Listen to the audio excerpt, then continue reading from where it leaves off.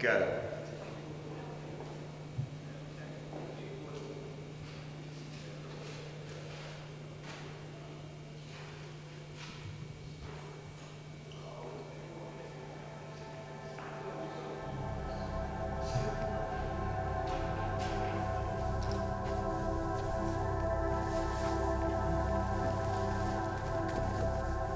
I'm Gary Yates. I was a member of FDLE from 1978 to 2002. Had a number of jobs at FDLE. Most of them was around the area of research planning and evaluations. When I retired, I was officially, I think, the Inspector General for the agency. Had the best job in the state of Florida for the years that I was at FDLE. I grew up in Panama City in Bay County, Florida. I got interested in going to Washington to attend school. Happened to see a recruiter from the FBI looking for people to work in the fingerprint area. So I actually went to FBI and became a fingerprint analyst. And that connected me with FDLE. And after about 4 years with the FBI in the district, I was able to come back down to FDLE in Tallahassee. Bob Dempsey became commissioner in 1982. He would continue to expand information sharing and transform the Florida Interagency Narcotics Intelligence Network into what would become known as FIC, or Florida Intelligence Center. Commissioner Dempsey was a remarkable choice by Governor Graham, actually related to the Miami issues. When he was selected by the governor and cabinet and appointed FDLE commissioner, he was the deputy chief of the Metro-Dade Police Department, had been their legal advisor, chief legal advisor, and before that spent 20 years with the New York Police Department. So he had the key kind of experience and knew the players, the other agencies in Miami. It was key to continued cooperation, enhanced cooperation down there. People at FDLE were a little bit apprehensive because he was a New Yorker, had been in Miami, but immediately I think most people in this agency were like, wow, this guy is a human being. He's a brilliant guy. He cares about everybody. I owe a lot to him in terms of my career at FDLE. Well, Mr. Bowe, as the indictment indicates, was a go-between to bring some people together to provide transportation for cocaine into the United States, and he received a fee for that. Drug issues, were really taking off. Public enemy number one, I would say, was Pablo Escobar and the Medellin cartels, and the massive amount of dope was coming in, and we saw in Colombia what was happening.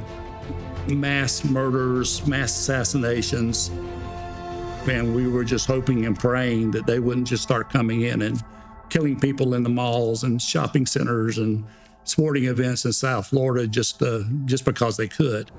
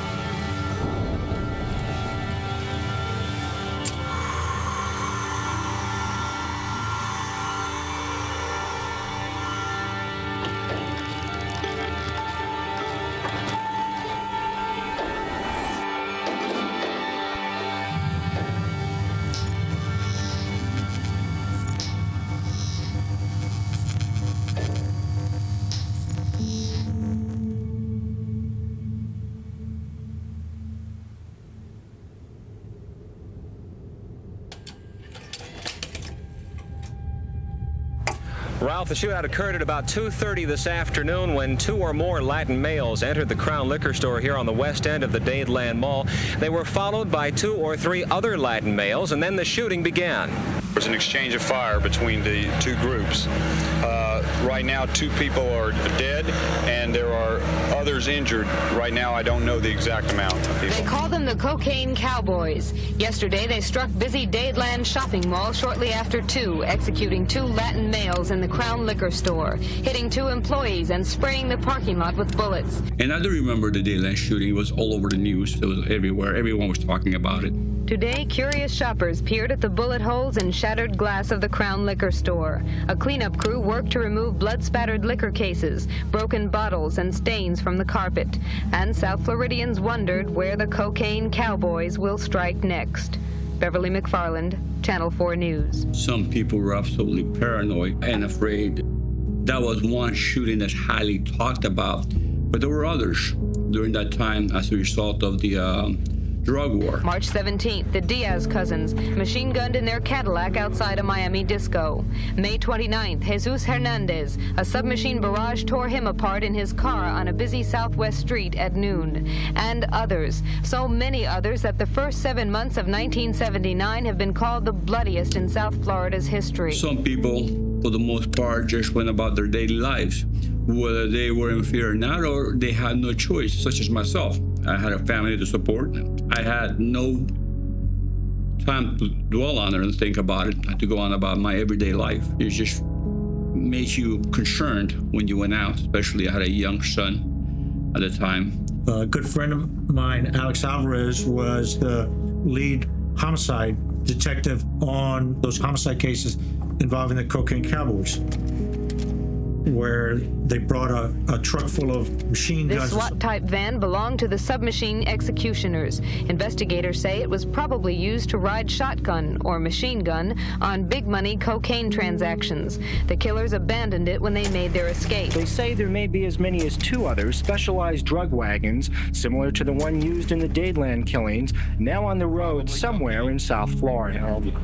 Well, I remember being in a command staff meeting and getting a call from I think it was Rolando Bolanos was the SAC in Miami at the time, that the shooting had occurred. You look at that, it was a terrorist attack with hundreds of witnesses. That began unraveling of the social fabric in Miami. Tragic and senseless example of the hazard of simply living in Miami was played out last night at the Miami Baseball Stadium. If these 2 citizens could be alive 1 minute, dead the next, what guarantee does anybody here have that Miami's lawless violence won't strike them next? Began to really show this is not just people bringing in dope and selling it. There was going to be accompanying major challenges with the new drug problem of the 80s. The amount of money that was being brought into South Florida, the easy availability of narcotics, that combination presented itself as being a very violent time.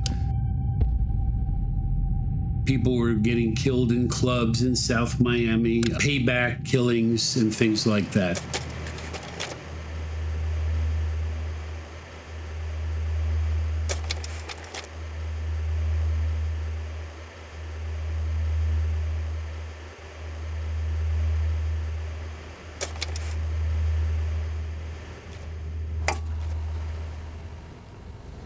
Our next feature has within it film segments that may be unpleasant to some of our audience.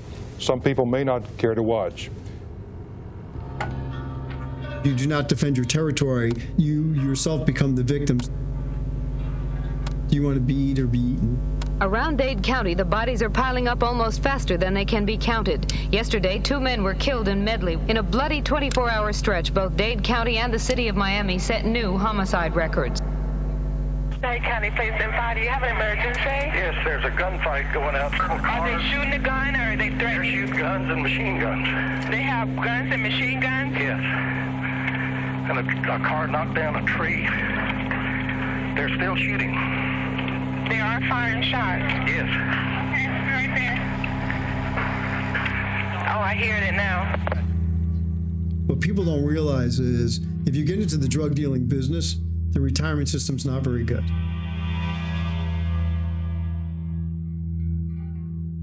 Police reports indicate there were about 150 murders directly related to drug trafficking in Dade and Broward counties. But as one veteran cop puts it, Those are only the bodies we found. What I see, I don't like. All you ever hear about is people getting killed and it's all drug related. It has become a fact of life that crime is increasing all over the country. But what may be disturbing to residents here is how dramatically it's increasing in Florida. Nobody wants to give up their monopoly because they make all the money. Compared to 147 murders in the city for all of 1979, 149 for 8 months of 1980 is a significant increase. Metro topped last year's 189 with 197 so far. It was tough. It was a tough time. Even though Metro Police are coping with a record number of homicides this year, 312, yesterday's brutal slaying of 6 people in a stylish Kendall townhouse left some veteran investigators numb. A quiet residential area in Kendall tonight became the scene of a grisly mass murder. 6 bodies were found in a posh townhouse, but police are not yet releasing the cause of death. The dead had all been bound. The men were gagged in what is being called an execution-style murder. All last year, there were 360 murders countywide. Today, Dade's 1980 murder rate shot up to 505. Metro detectives this morning were called to the scene of a double homicide. The bodies of 2 men were discovered at 8 a.m. Detectives say they believe the shootings may be drug-related. These are groups, organizations that resorted to violence to settle the differences, to establish and protect their territories. They would indiscriminately kill their rivals without hesitation. It's like stepping on a roach, really. I mean, no remorse, no caring whatsoever. Why 2 Latin men were shot and killed last night at 844 Southwest 2nd Street. Today, city homicide detectives are investigating 44 killings. Dade's murder rate seems headed for even higher figures than last year. So far this year, that figure is up some 54% with 52 killings. The drug killings are blamed for more than half of Metro's record 332 killings this year. We know that in about 40% of our homicide cases, drugs are directly involved. Illegal Colombians that are trafficking in narcotics are causing our numbers of murders to increase substantially. It wasn't uncommon to hear about somebody being gunned down in the middle of the street.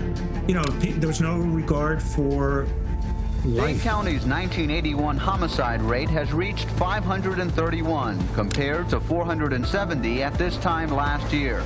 There were 573 total homicides in 1980. But 1981 will go down as another record year for murders in Dade County. Last year's killings totaled 579. Already this year, the total is 581. The majority of the violence associated with drugs are street level. And we're talking drug dealers and drug dealers.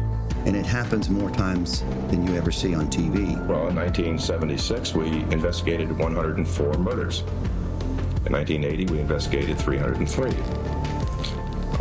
So we're talking about almost a 200% increase in homicides in a 5-year period. And I think a big lump of that has to do with drug trafficking and drug use. You're in a dangerous game, and people want more money. And if you're in the way of their money and they have the will, they're going to kill you. Drug trafficking is playing a major role in many of Dade's killings. Metro detectives say 20% of their murder cases directly involve drug dealing. It's believed that 40 to 50% of Dade's murders are drug-related. But homicide detectives agree, as South Florida's drug trade prospers, Dade's homicide rate will continue to climb. More murders than last year in Miami Beach and Hialeah also contributed to Dade's 619 killings so far, compared with 580 last year. It's hoped more police on the streets will help to reverse this record-setting trend that nobody wants. Homicide rate went extremely high, to the point that the medical examiner's office did not have room enough to store these bodies. At the Dade Medical Examiner's office, the growing number of killings are taxing the facilities there almost beyond their limit. Some employees are having to work 7 days a week to keep up with all the paperwork. The words that the person that I spoke to was there was going to be a bloodbath. Are we seeing it now? I think so. There's a process when someone dies a violent death in Florida. By law, an autopsy is required. They come in, they put them in these refrigerator rooms and keep them there till they're able to get to them.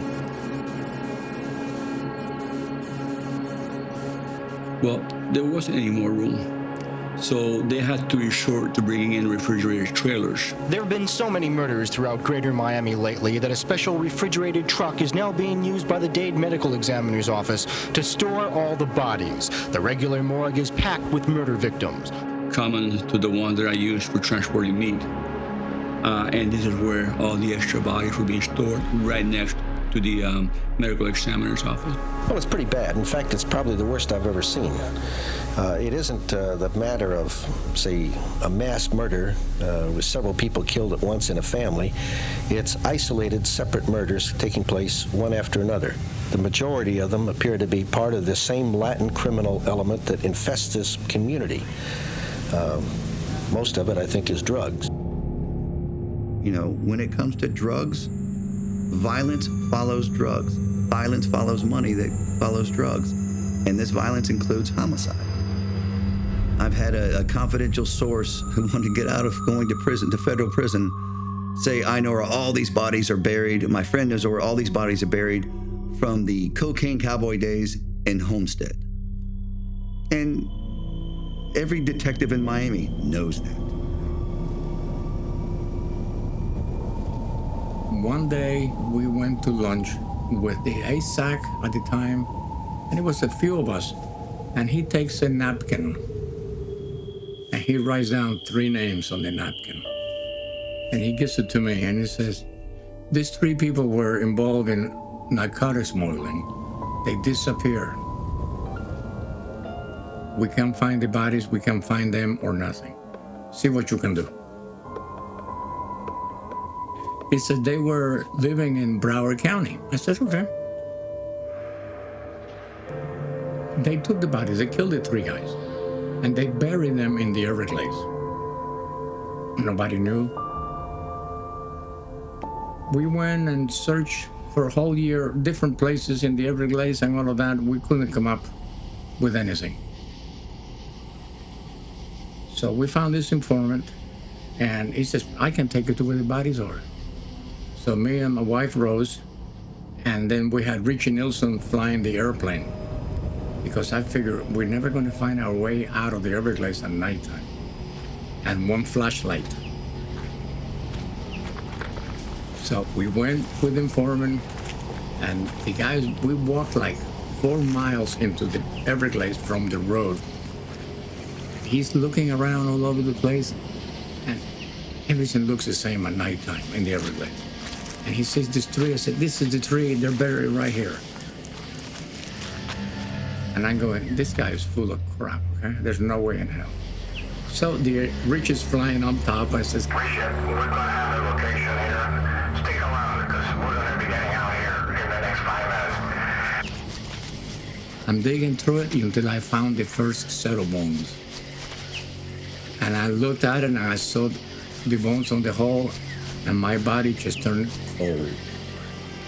And I'm going, holy crap, here they are. So I take my belt off, a brown belt, and I put it on the tree that was there. I said, by morning, when everybody wants to come and start doing their thing, I can find it. I never really had that experience on digging bodies up, you know? So I figured we just bring the shovels, get him out of here, and let's get out of here. That's not the way it works. The lab came in, and that was the first case that I believe that the FDLE lab worked on digging out remains like that. Well, you're going down 5 feet. That took forever. But then when they were done, the 3 bodies were laying in the same form that they were thrown into this pit. And they were not that badly decomposed either. Because the people thought that if they throw this salt on them, it was going to eat them up, but it didn't. It created like a vault.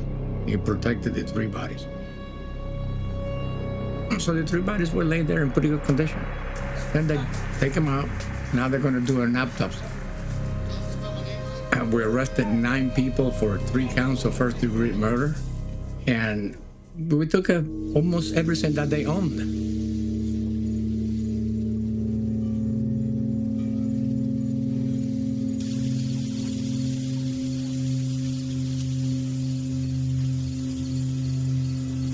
You know, there are bodies everywhere. Their problems with each other are solved with gunfire, and an innocent victim gets caught up in that gunfire. A worker in the store was wounded in the shoulder. The shooting continued outside, as this eyewitness, who asked not to be identified, explained. I ran over to the corner of the building at the liquor store and saw a man shooting out of the big van towards some cars. And after they fled, I went over and looked at the car and found somebody underneath who was shot in both ankles. Miami Police Department, Dade County officials, and the federal people are very, very concerned about is that in the process of killing off each other in this drug war, we're going to see innocent victims hurt, citizens on the street. The rest of Dade County is becoming more violent. Murders countywide are up from 45 last year to 53 through this January. Local homicide detectives like Sergeant Richard Napoli of Miami often have to work 18-hour days to keep up with all their cases. We've seen the greatest turnover in the homicide unit. It's very difficult to get people from patrol to put their applications in for homicide, because of the amount of time, the amount of hours, the fact that you take the job home with you. You're exposed to it every day, and you are dealing with, indescribable events that you have to now put behind and go home and forget about it. And, oftentimes you can't. And who do you talk to about it? Oftentimes you can't. Your spouse, for the most part, doesn't know why you're so quiet, why you're in a little corner. She wonders why. And it's just you trying to just get out of your head what you just experienced. With all the problems, what keeps the individual officers going? Certainly it's not the money, the frustration, or the high divorce rate.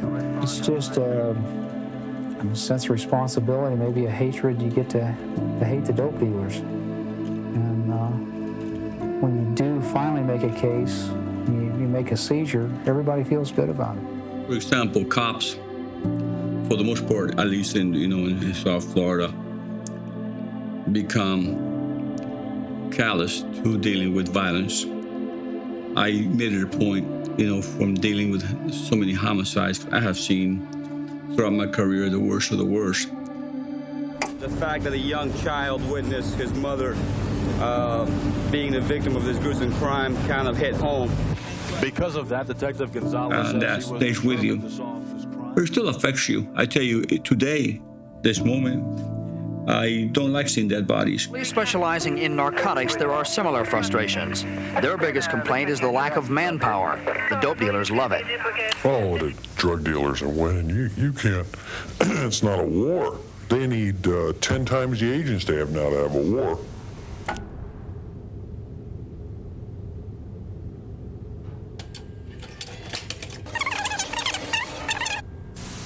Thanks, Jim. If you subscribe to Time Magazine, you should have received this week's issue in today's mail. If you don't subscribe, let me tell you what's in this story. Nothing that you don't already know. Nothing, that is, if you watch this newscast or listen to the radio or read a newspaper with some regularity. Time's cover story on South Florida simply recites, and in prose that avoids Time's typically hyperventilating style, it recites the problems that plague South Florida: crime, drugs, refugees. A lot of attention on South Florida and the drug problem in South Florida. But while the warm weather still comforts those who retire to Florida, that may well be the only remaining comfort. Miami seems to have become paradise lost. Time magazine article that came out with the cover on it called Paradise Lost. And they were talking about what had happened to Miami. The cover story blasting a headline, "A Paradise Lost, South Florida." Page article inside focused primarily on Miami as the troubled center of drugs, crime, and refugees. Miami was the center of this big big drug problem. Private industry leaders report that Miami's negative image is a problem in itself.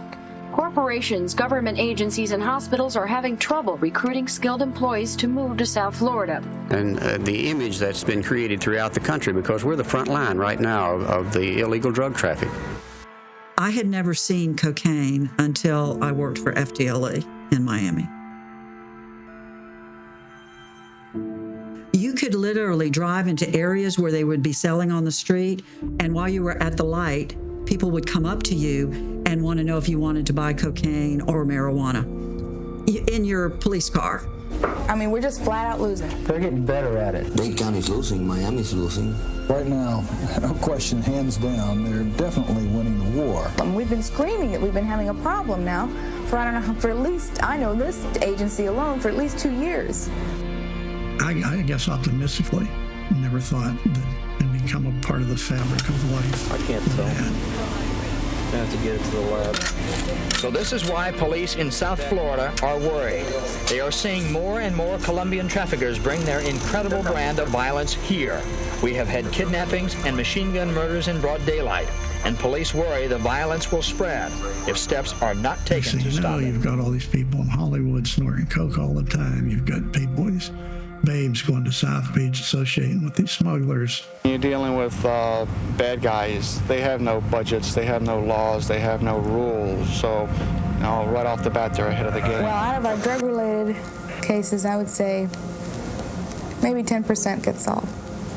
Out of our total caseload, our drug-related cases are reaching somewhere in the nature of 20 to 40%. In the cases involving Colombians, the primary reason for the low solve rate is police usually have no idea who the Colombians are. Invariably, they are here with phony ID, frequently posing as Puerto Ricans. Sometimes detectives can't even identify the victims, which hampers greatly the search for the killers.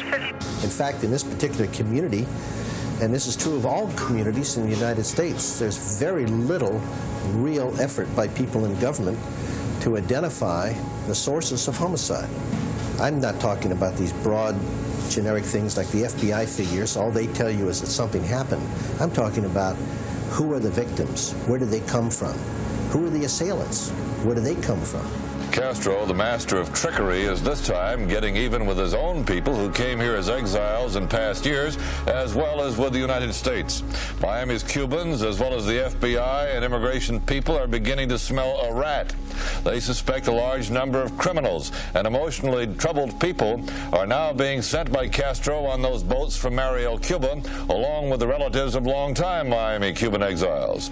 U.S. immigration reports that many of the newcomers interviewed yesterday and today said they had been in jail in Cuba, and some were obviously mentally deranged. The Arlito crowd, which was trying to make a name for themselves as their own drug smugglers, competing with all the other organizations. That's where a lot of the violence came from. These organizations started competing with each other, and there was a lot of inter-organization shootings and killings. We're seeing now the different gangs fighting for territory. We're seeing a repeat of the same thing. Instead of being the Italian mafia, it's now the Colombian connection. Predominantly, the Cubans were distributing the product. Predominantly, the Colombians were manufacturing the product and sending it through, and then there was a relationship there. At some point, the Cubans were ripping off the Colombians. They were keeping product, they were keeping money, and so as soon as the Colombians verified and were sure this was happening, they began to send their people. They started taking it over from the Colombians. The Colombians were not happy. They're shooting each other all over Miami. And that's when we began to hear of the killings on I-95 and the Palmetto Expressway. I think they hit him when they fired. In broad daylight on Dade County's crowded Palmetto Expressway, a suspected drug dealer has just been shot by machine gun-wielding assassins. The victim's car careened across the highway, causing several accidents. It was a bloodbath down here. Colombians trying to take back their territory. Cubans saying, the opposite. Colombian drug war has brought machine gun shootouts to highways, to shopping centers, to crowded restaurants. A 2-year-old boy was murdered in a hail of machine gun bullets. Police say it could happen to anyone. More often than not, what we deal with was the hitman that walk up to the victim and kill them, probably from Colombia, to do their hits. Some were local. They just were brazen. If you look at the Griselda Blanco interviews, for example, Rivi, pretty much broke it down how he did it. And he was a cold-blooded killer. The victim is named Juan Palacio, and police say he survived being tortured, shot, and left for dead by the group. The chase ended with police finding the body of a murder victim in one of the cars. Fairly typical thing, for instance, would be a Cadillac pulls off the side of the road, takes a large box out of its trunk and puts it on the side of the road and drives off. And inside the box, this person has been shot and tied up and placed in plastic bags and this type of thing. I think we're seeing an awful lot of that. So most of the time, we deal with our drive-by shootings, where you deal with the corner drug dealers that are competing for territory. Now, when you deal with the big dealers, of course, it's a whole different issue. Like I mentioned, it was not uncommon for someone to walk up to a victim walking down the street, put 2 bullets in his head, and just keep going. You never knew who did it. You could drive in downtown Miami, Little Havana, and you have drive-by shootings all the time. It was bad. If you're selling or buying cocaine, you are going to be armed, and you're going to be armed to the teeth. The only way that you were not going to get your stuff ripped off or your money ripped off was to have protection, to have a show of force. I can remember doing an undercover with Jim Chambliss. It was at an auto body place, and I think we were just buying 10 kilos. I remember going in and talking to the guy. He looked at me and he goes, "I hope you're not a cop." And he opens the drawer and there's a semi-automatic weapon. I was wired and I said, "Gun, gun, gun." And they came in. But the guy said to me as we were walking out, he said, "I would have never hurt you." I looked at him, I said, "What are you showing me the gun for?" And he says, "That's tools of the trade." He said, "I have to have a gun. Everybody else has a gun."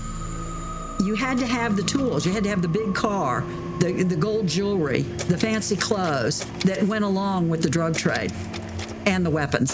Those Mike 10s are very dangerous. You pull the trigger, the machine goes all over the place. You can't control them. When assassins killed Oscar Piedrahita, they put more bullets in his garage door than they put in him. Every time we did a search warrant somewhere, you can count that you're going to find at least 1 Mac 10 machine gun in each one of the places. People are using guns, naturally, because more homicides are being committed and more assaults are being committed.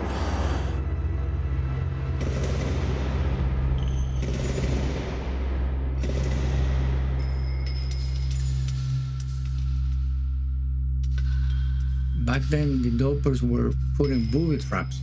Danger exists for law enforcement and campers becoming victims of booby traps. There was the 3 of us that were going into this building, the 1 unit. The door wasn't open, but we opened the door. One of my agents was going in, and I had a gut feeling something was not right. So I screamed real loud, "Don't go in, there's a pipe bomb." So I went in, stuck my head in, and they took a pipe bomb, connected to the light switch by the door. And he was ready to put that switch on. But something hit me saying, "There's a pipe bomb in there." Some examples of common booby traps are tripwires connected to a set gun. This particular device is commonly referred to as a set gun. So you had to be careful even when you did the search warrant. Sometimes they'll put a little fishing things on the floor, nylon. If you trip over that. One thing to be aware of, if they're trying to funnel you on a trail, that is when you need to be aware of a booby trap.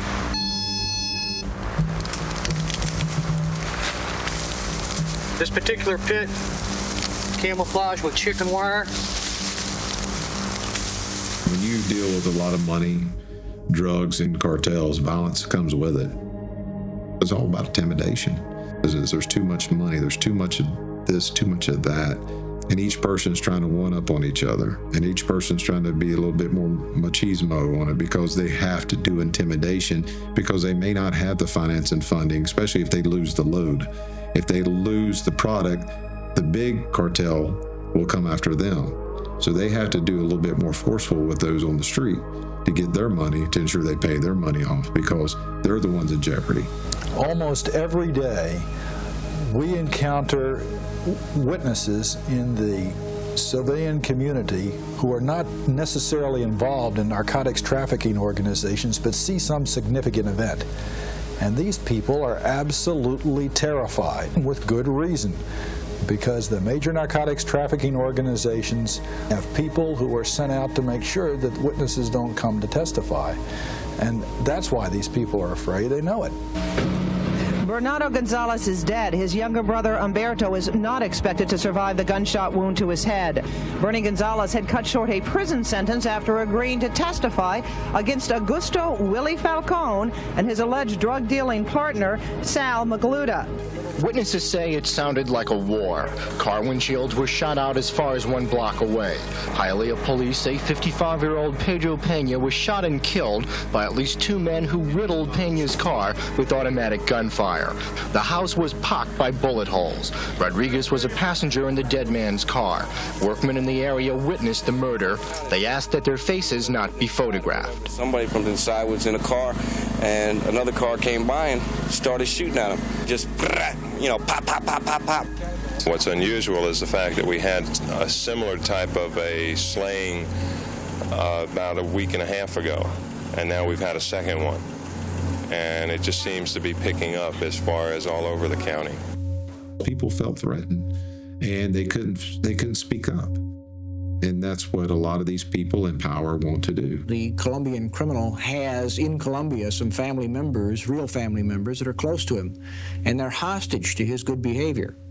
If he comes over on the side of law enforcement to make a deal, or for whatever reason, he can be assured that not only will they try to kill him, but they'll kill all his family members in Colombia.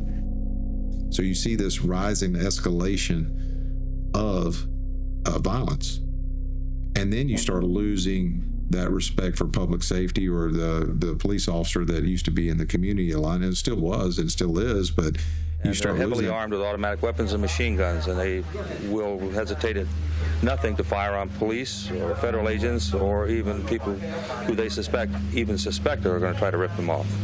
Because I'd much rather face going to jail or a potential death penalty, because I knew I was going to get the death penalty if I crossed this cartel. Not only me, my family, and everybody else, but because I failed to pay or I lost a load or something to that effect, I'm trying to salvage my life right here and now. As Colombian drug bosses move into U.S. distribution, they become protective of their territories. Shoot-'em-up executions are warnings to other bosses. But public involvement, like the shopping center killings, is something new. Law enforcement agencies are nearly helpless in the face of sophisticated weapons and support gear. And law enforcement had to be very careful. At that time, targeting a police officer was something that they would do. They had no regard for it. It was like the Wild Wild West. Yeah, the thing that stands out most in my mind is the fact that is the sadness over having lost Ben and Jerry. Our physical injuries will heal, but the sadness in our heart will be there for many, many years, if not for forever. One agent sums up the FBI shootout with this quote: "Nothing is more terrible than a battle won, except a battle lost. It was a terrible battle to have won. 2 agents, Jerry Dove and Benjamin Grogan, dead. 5 agents wounded." It used to be back in the 70s, the only people who had guns that were the cops. Wasn't real violent, and you didn't have that expectation. Now there's a real high level of violence involved, and it became more necessary to better equip the police. Nobody likes to have a gun pointed at them, and being shot at is even less popular. But it's the feeling of acting Hollywood Police Chief Sam Martin that the traditional .38 caliber police special is not the most effective weapon for the job. He has ordered a gradual changeover to the .45 caliber automatic. I remember my dad got his first one. He went from a .357 Magnum to a Beretta. That was a huge transition for law enforcement. Huge transition. I mean, you're talking about wheel guns with speed loaders. You now had 15 rounds off the, without changing the magazine. Made a difference because then you're able to combat it. What would happen, say, if you hit a man in the shoulder with a .45, or in another case, if you hit him in the shoulder with a .38? If you hit him with a .45, it's more than likely going to spin him around, knock him down to the ground. With a .38, he's very apt to be standing there looking at you with a hole in his shoulder. Dempsey would continue to push FDLE to embrace the most advanced training and equipment, transitioning agents from a revolver to a semi-automatic. It took years of trying to break traditional thinking to get to that point, and I was one of the strongest opponents to begin with. But when I realized the disparity of firepower in the field, our agents involved more and more in the drug investigations and dealing with the other side that had automatic and semi-automatic weapons, we had to close that gap. So that changed a lot of the way the tactics happen. And then law enforcement is behind on some of that because of the money, the funding, the equipment that we had, the tactics that we used. Florida has always distinguished itself by offering outstanding programs in criminology, criminal justice, and public administration. However, in the past, a significant void has existed in the availability of comprehensive and effective executive training for criminal justice administrators. Few continuing education programs existed, and there was little formal effort to prepare future executives for criminal justice service. Teaching our law enforcement statewide on how to react to those type of things. The safety of everyone involved is always a major concern. Specialized training is only one aspect of FDLE's comprehensive program. If under hostile weapon fire, maintain your position. Seek cover and return fire. Officer survival training is provided for special agents who work in high-risk situations.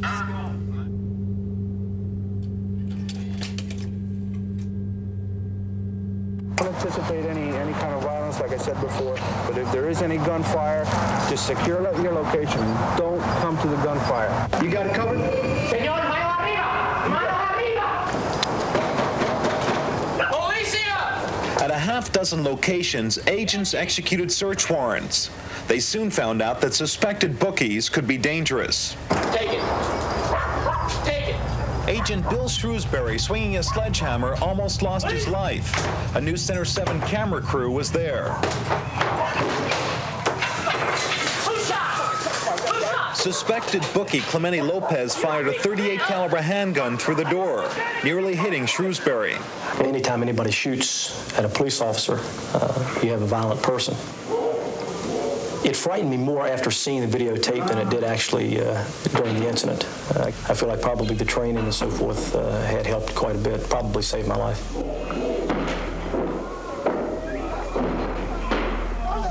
Cops are people. Cops have lives and families. Police officers have spouses. And if this family is not fully supportive on board, it makes it very difficult to do the job because families worry that you're not going to come home tonight. We heard shots coming from the room and then agents returning fire.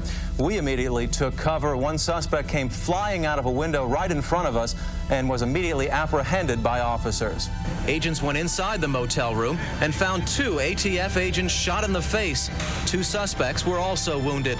One agent was carried outside to the sidewalk where fellow officers worked frantically to regain a heartbeat until paramedics arrived on the scene to administer medical care. He died a few hours later at Jackson Memorial Hospital. If you don't come home tonight, what will happen to us? There were actually local cops who told our guys, I'm scared to go into these places. I really don't want to go in there. I want to go home at night. So we committed a lot of resources just to provide, street level local law enforcement patrol.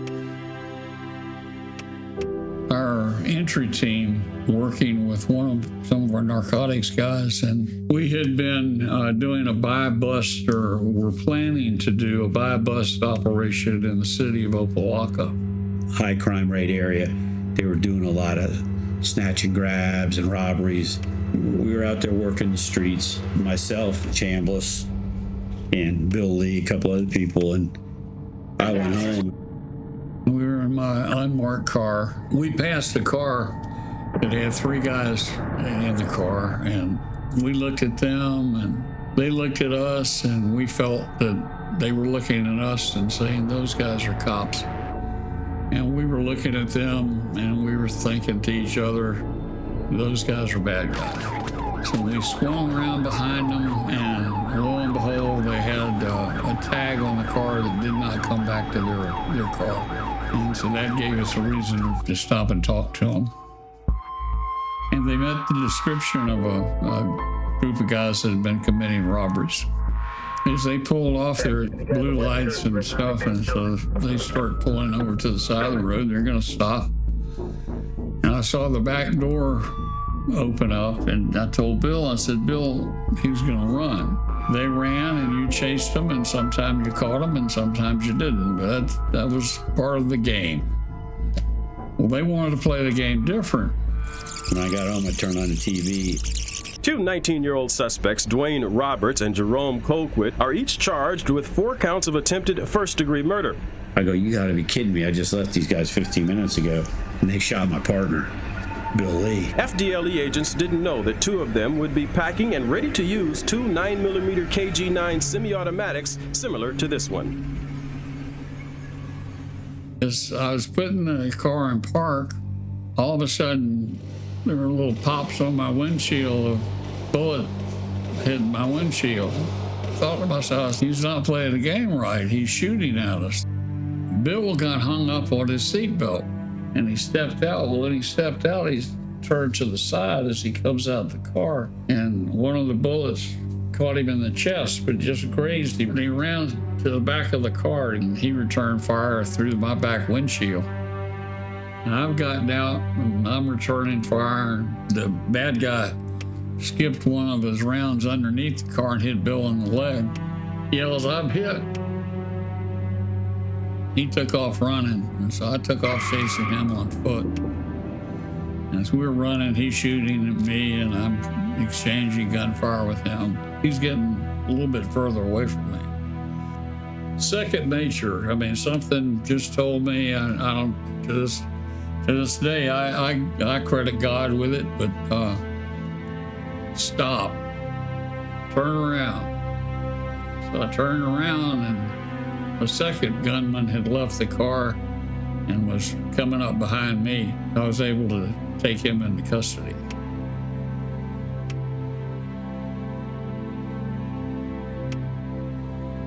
And eventually we got the guy that I was chasing on foot and the driver of the car. We got all of them. Bill wasn't terribly hurt.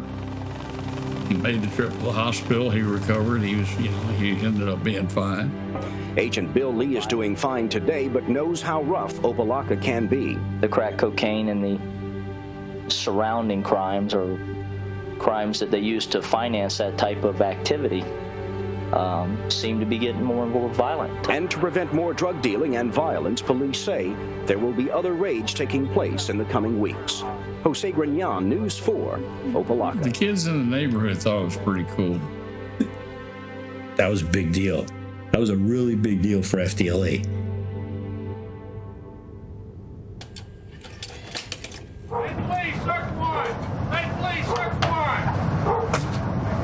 The primary target was this home in Southwest Dade. More than a dozen agents of the FDLE Tactical Operations Team, armed with automatic weapons, surrounded the house to make a surprise entry. State agents armed with M16 automatic rifles stood guard at windows. Inside, police found their man, Manuel Parado, believed to be one of the main participants in a marijuana and cocaine trafficking ring.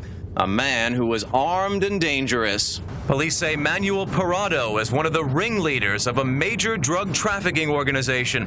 And at his house this morning, they were taking no chances. A rifle and a 22 Beretta. Police say the group was responsible for smuggling in thousands of pounds of cocaine into South Florida, successfully avoiding law enforcement officials until the group was infiltrated by undercover agents. What is this all about? Please, don't do that.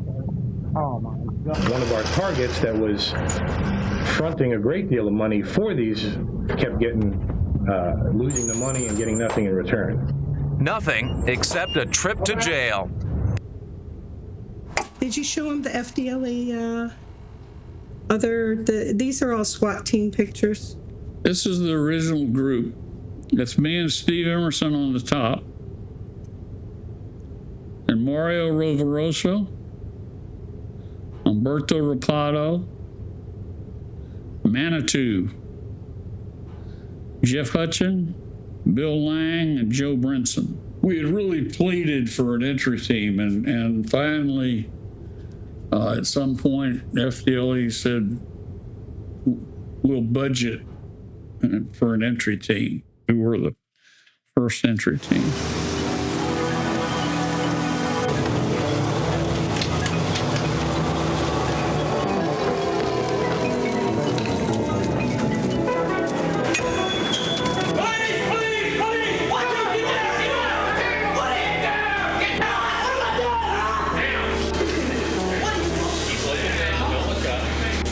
As we and the Miami office began to be more involved in combating the drug problem locally, we found that we didn't have the necessary training or resources to really combat search warrants like we wanted to.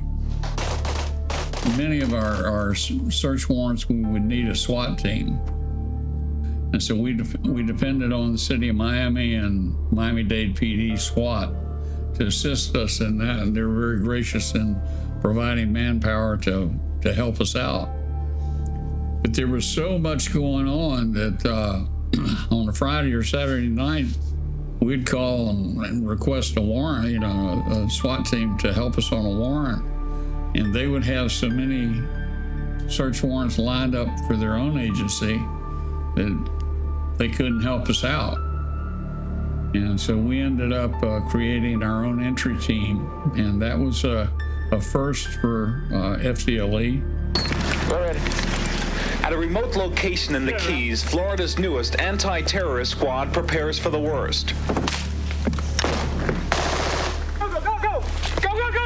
There's fear the wave of terrorism that has flooded the rest of the world may eventually wash up on our shores. So you were the first female state SWAT officer? Yeah, I was the first female in the state of Florida for state law enforcement, and had to qualify exactly the same way as everybody else.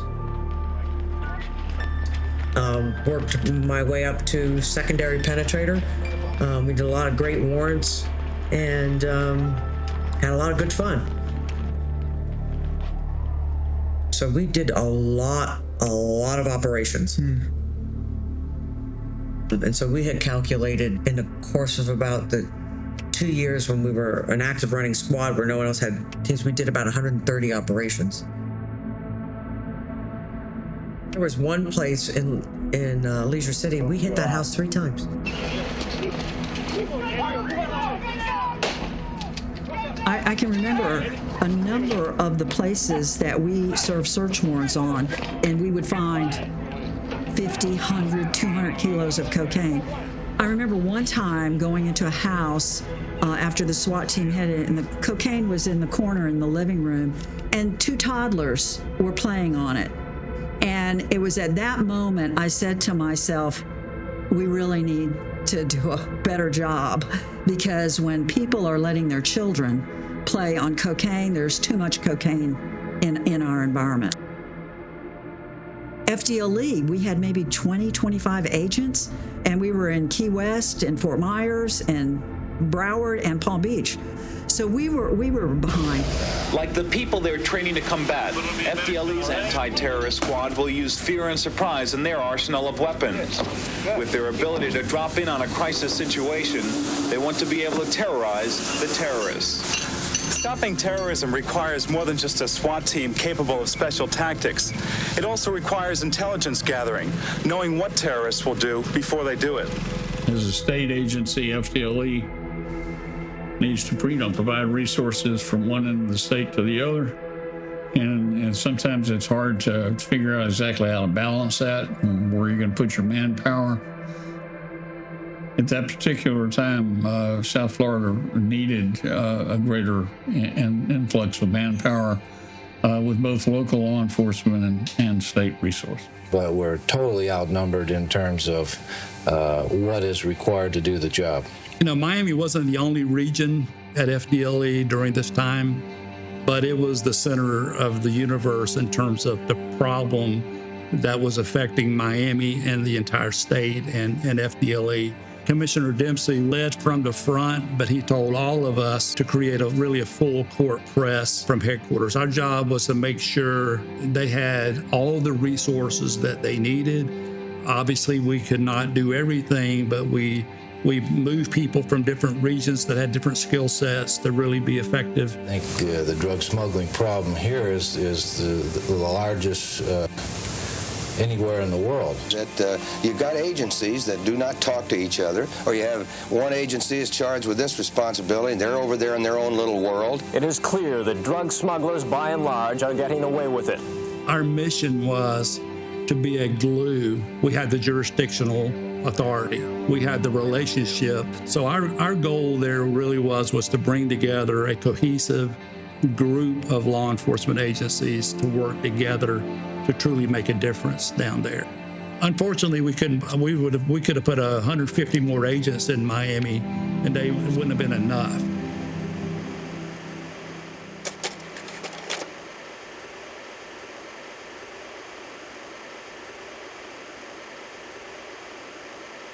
I'm just another citizen in this town, just like everybody else. I put my pants on the same way everybody else does, and I can't walk on water, and I don't have a big S on my T-shirt.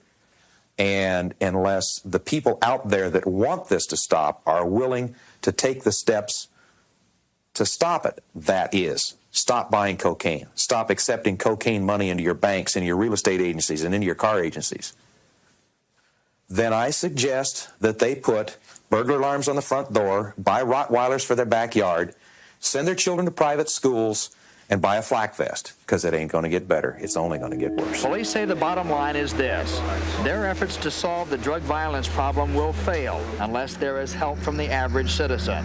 Police say they are amazed there has not been a widespread public outcry, and they wonder what it will take.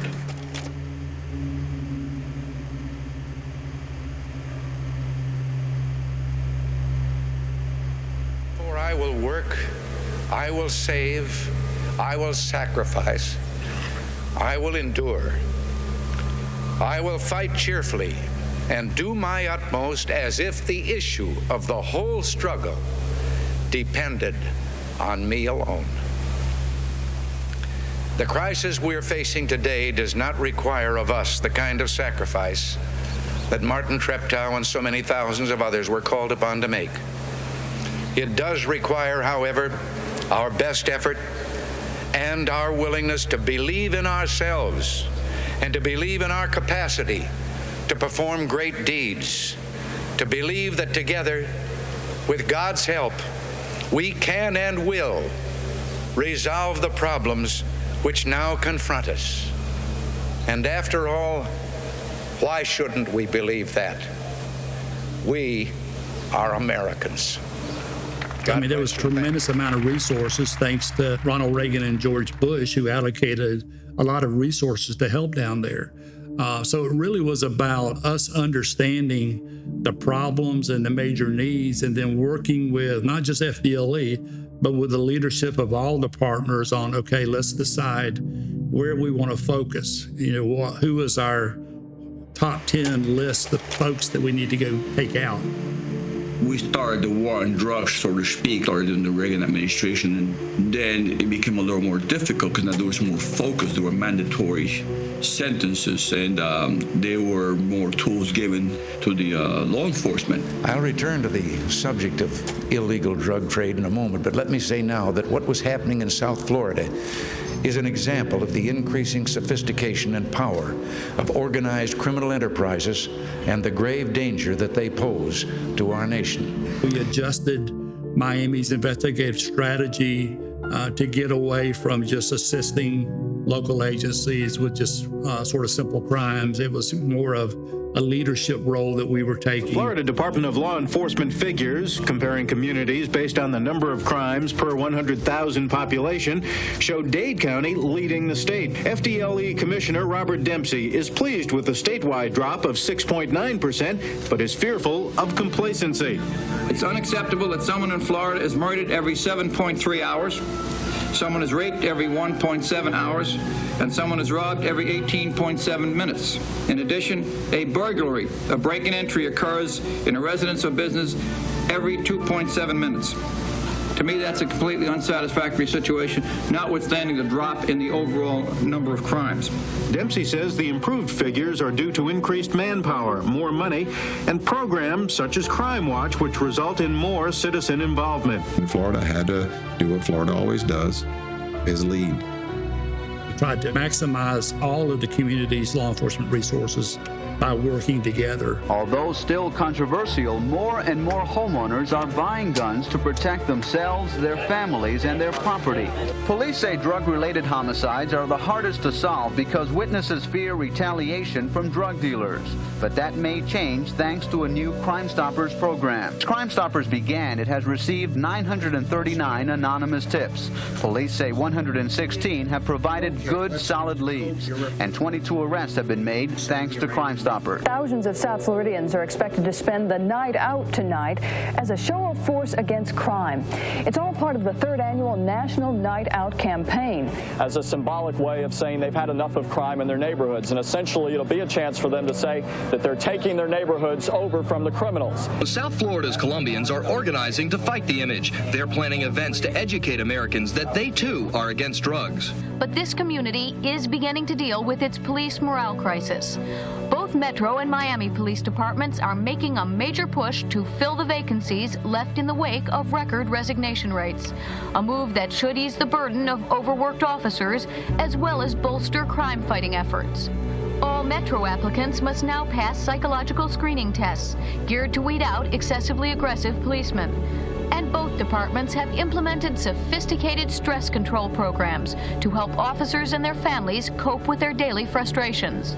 I think you have a hardcore group of people who love being in Miami, who appreciate being in Miami, and we're not going to be run out of here. This is our home, and we're just not willing to sit down and let our city go through what we're going through. And the Coast Guard to get the kind of assets that are needed to put these choke points in. There are just so many things if we start moving in unison together on it, then with the state's efforts, that I think that we really can do something about it. Okay, get your pen and paper in hand. The name, Ronald Reagan. The address, the White House. The city, well, you've got the idea. I'll just carry became the boat people, chancing death for even a glimmer of hope that they could have a new life. They all came to taste the air, redolent and rich with the freedom that is ours. What an insult it will be to what we are and whence we came if we do not rise up together in defiance against this cancer of drugs. The good news is that Miami's runaway crime rate has been brought under control, that there is now a decrease in the amount of crime, that there is now a full-scale commitment on the part of citizens, government, police, and our courts to wage a battle against the criminal enemy. The Dade-Miami Criminal Justice Council says that this year's edition of 600 policemen and 45 prosecutors, stiffer jail sentences, and greater citizen participation is turning things around. A key example of citizen involvement has been the success of the Crime Stoppers program. In the 3 months ending this week, 1,731 telephoned tips have produced 206 positive leads for police. Aroused people who have had it up to here are enthusiastically working to give this town back to its law-abiding population. Good night. May the good news be yours.